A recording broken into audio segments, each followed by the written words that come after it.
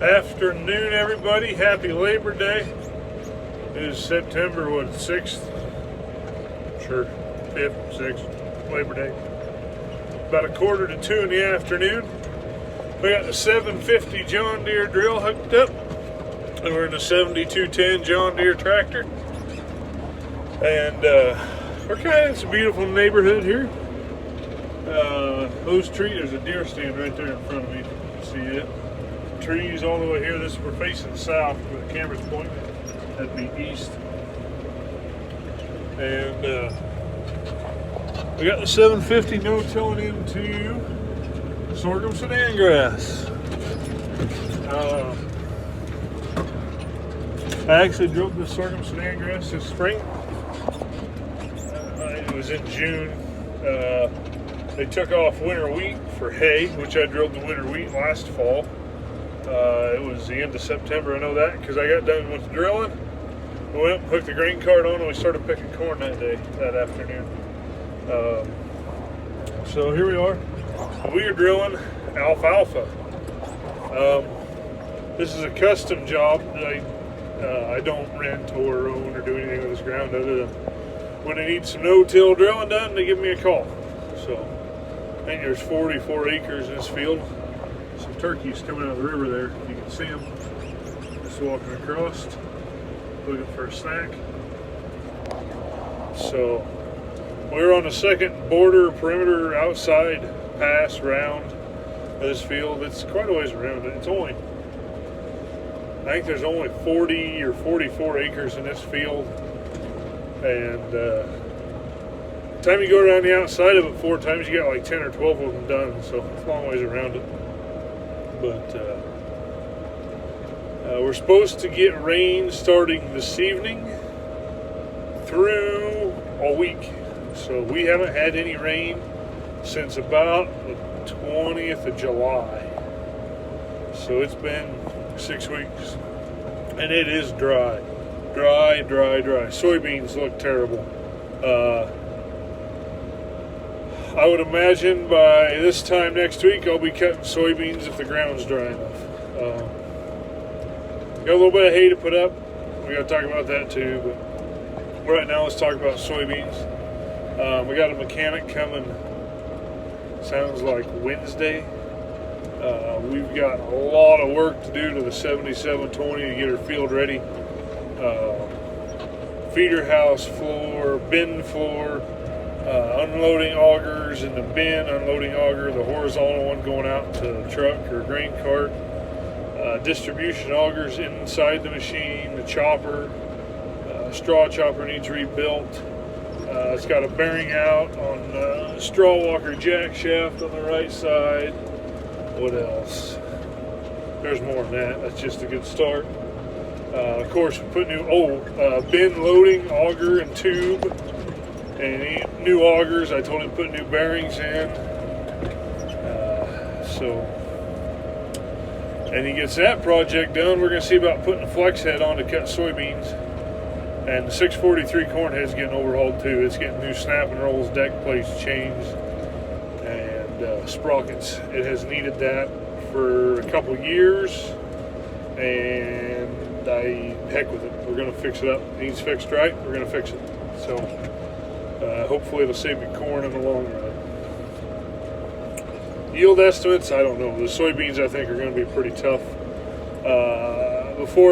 When it quit raining, I'd have told you they're going to be 65, 70 bushel dryland soybeans, which around here is really good.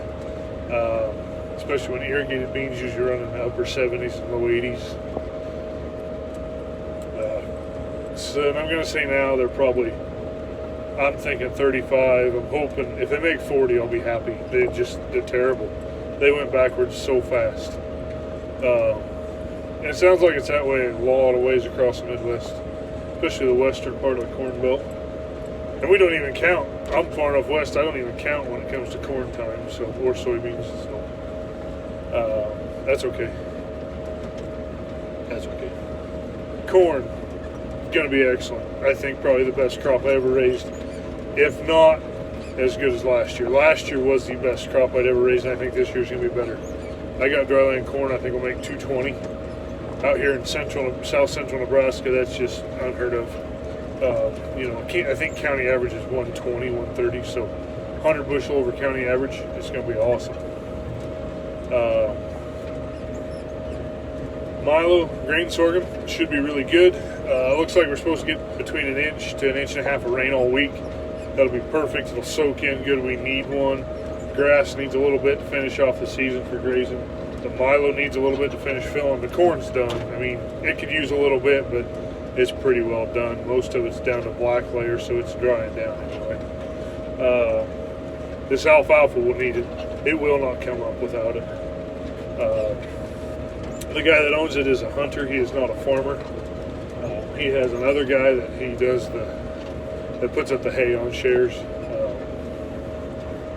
But the hunter, he goes, "Will you tell me when it needs done?" I said, "There's a week ago. I told him there's no point." I said, "If it don't rain, we'll just wait till spring. You'll be better off." And of course, he wants some growth for fall, for deer hunting and stuff like that. I completely understand. Now we're supposed to get some rain. At least an inch and a half will get it up, get it going good so it can take the cold when it goes dormant. Excuse me. My allergies are getting me. It's that time of year. Must be about 2 weeks to a frost, which would be about right, I suppose. It'd be the 1st of October. That's about right. Close to the 1st of October. Okay, my hay. I was cutting teff grass. I put a video up. Right after that, about an hour, gearbox went out on the backside of the header that runs. So the reel, the auger, and the conditioning rolls work as they should. It's the sickle won't run. And it's because the drive coming out of that gearbox is bad. And to fix that, we got to replace gears inside the gearbox. Tear the gearbox apart, replace one gear. They have to replace all the gears because it will mess with your timing and your conditioner rolls and your reel and your sickle and everything. Okay, rebuilding gearbox, $3,000. Swather, we gave $3,000 for it 4 years ago. So, it don't owe me nothing. Gonna be in the market for a new windrower. We'll see how that goes. Kicking around a few ideas, don't know what I want to do. I kind of have a budget in mind, but we'll see how harvest finishes up. That's going to be the biggest factor in the whole system. And that is mostly going to be dependent on the soybeans. So what I did is I had my dad come down. He's got a 4895 self-propelled John Deere. He finished cutting the teff grass that day. I got it baled up. I got 42 bales in second cutting on 34 acres, so I thought that was pretty decent. That would give me right at 100 bales of hay off of that in 2 cuttings. That's nothing to sneeze at in my book for that quality of grass hay. So I could have raised more tonnage in sorghum Sudan, but the teff grass, the quality is pretty tough to beat. Alfalfa will do it. But sometimes you get in trouble with alfalfa, get moldy. Grass won't do that. Not here anyway, it's too dry. But, so that was pretty good. Excuse me. What else are we going to talk about? Haying season. I still got 4th cutting alfalfa to do. That'll probably be it for the year. And I've got soybeans and sorghum Sudan that we're going to put up for baleage yet. And I'm probably going to do that and the alfalfa at the same time. I would like to put up the sorghum Sudan again. However, we're going to be pushing it on a time frame to get it done. We might do it a little early, especially if we get this 1.5 inches of rain. We might put that down, put the sorghum, soybeans and Sudan and sorghum down and the alfalfa down all at one time. That's going to be a bunch, but I get it down, get it up, because I got to get harvest going as soon as that's ready to go. So we're going to have to tie up hay season, and roll right into harvest. That's the plan. we'll see how it goes. Maybe it could be the deal that we do the soybean and sorghum baleage, and then the alfalfa, and then do the cane after that when it gets close to a frost. The teff grass, if we would have had some moisture, I think I could have got another cut, but I don't think it's going to happen. It's too dry. Down in the big draw in the middle there, it's trying to come back there, but on the hillside she's burnt up, she's toast. So I was thinking about drilling something in there for a grazing crop. We'll see what happens. I do have some cover crops to plant this fall after harvest. I haven't really done much of that. I've done most of what I ever did for cover crops was behind winter wheat, harvested in July and planted the first part of August. This is a little different animal, so I'm going to have to turn around here. It's going to take some attention. So you're either going to get dizzy or I'm going to set you down. It looks like you're going to get dizzy. So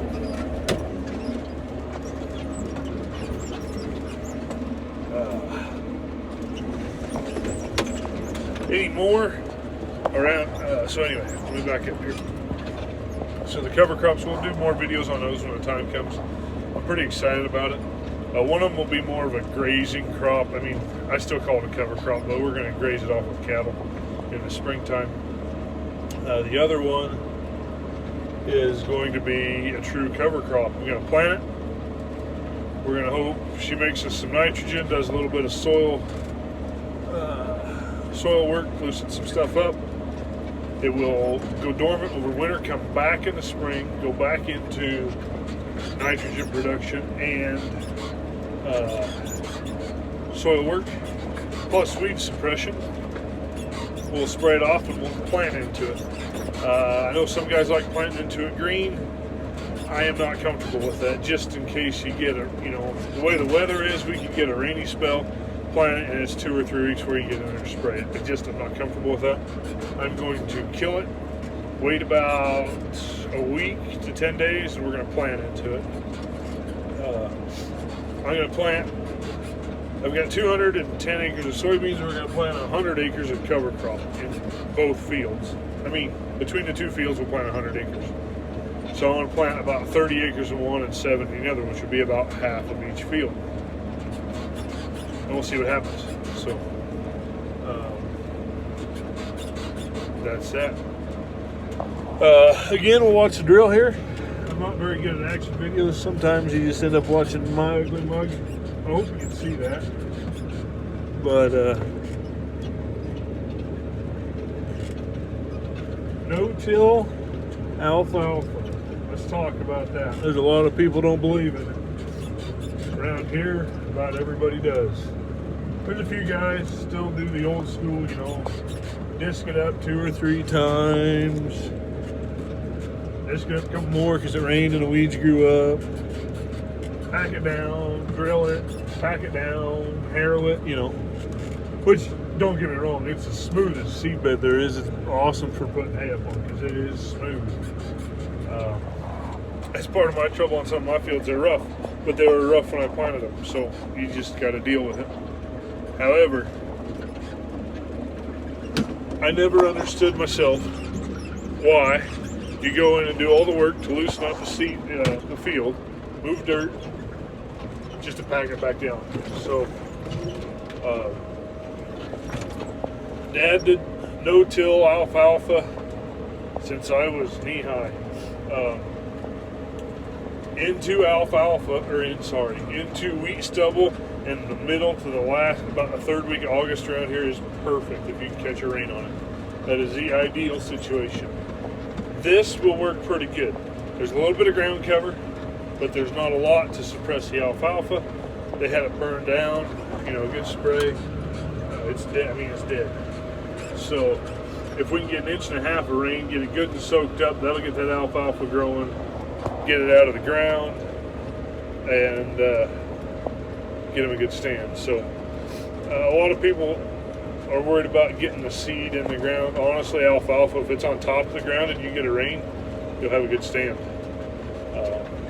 That's one thing I like about these drills. I know Air seeders are usually built this way, but they have a gauge wheel on them right there next to the opener disc. I know guys run crust busters and sunflowers and variety X. They don't have that, and I think they're giving up a lot on seed placement. Seed depth. There we go. Seed placement with a drill is a shot in the dark. I mean, it's what it is. It's a controlled spill. But that said, I would be lost without this machine. I pull this machine more than anything else I got. And to me, it's probably the most valuable behind this tractor, other than this tractor. I do a little bit of custom work with it. Like this year I haven't done that much. I think my custom work, I drilled this field twice is what I've done this year for custom work. A year ago when it was wet in the spring, I drilled about 500 acres of soybeans custom. That was pretty good, but it's kind of a hit and miss thing, and feast or famine. So, but nope, this video is getting long. It's already over 16 minutes, so. We get over here, I might get you a shot. We're pretty close to the Republican River. It's a little dry right now. They do irrigate out of this river upstream. There's a couple big reservoirs, and there's a diversion dam about 6 miles from where we're at. And we run the water out of the reservoir down the river, and then the diversion dam, they put it into 2 canals. Which the trees are here. There's one right up north here I can show you. And the one is just basically right across the river, but you can't see it through the trees. So any water that's in the river, which is very little, you can kind of see it down there, the river anyway, is just runoff water between here and about 6 miles west. So as dry as it is, it's not very much. So. Alrighty, well, that's all I know for today. As a quick update, again, things haven't been overly busy, but they've been steady. Been busy, just not with farming. So, all right. Well, thanks for watching. We'll catch you later.